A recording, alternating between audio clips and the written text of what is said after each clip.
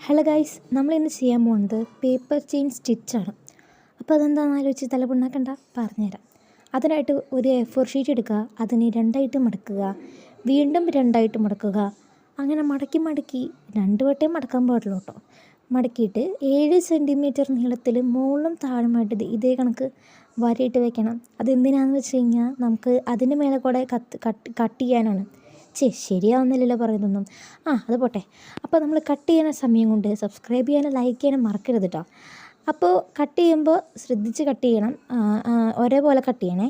അതിന് ശേഷം ഇത് നിർത്തുമ്പോൾ ആക്രാന്തം പിടിച്ചിട്ട് നിർത്തരുത്. ഒരു പതുക്കെ ഒരു ലയത്തിന് നിർക്കണം. എൻ്റെ ആവേശം മൂത്ത് ഞാൻ ഇത്തിരി പതുക്കെ അല്ല തുറന്നത്, ഇത്തിരി സ്പീഡ് കൂടിപ്പോയി. അത് സാരില്ല, അതിൻ്റെ ഇത് കാണാനുണ്ട്. അങ്ങനെ എങ്ങനെയൊക്കെയോ ഞാനത് പിടിച്ച് തുറന്നിട്ടുണ്ട്.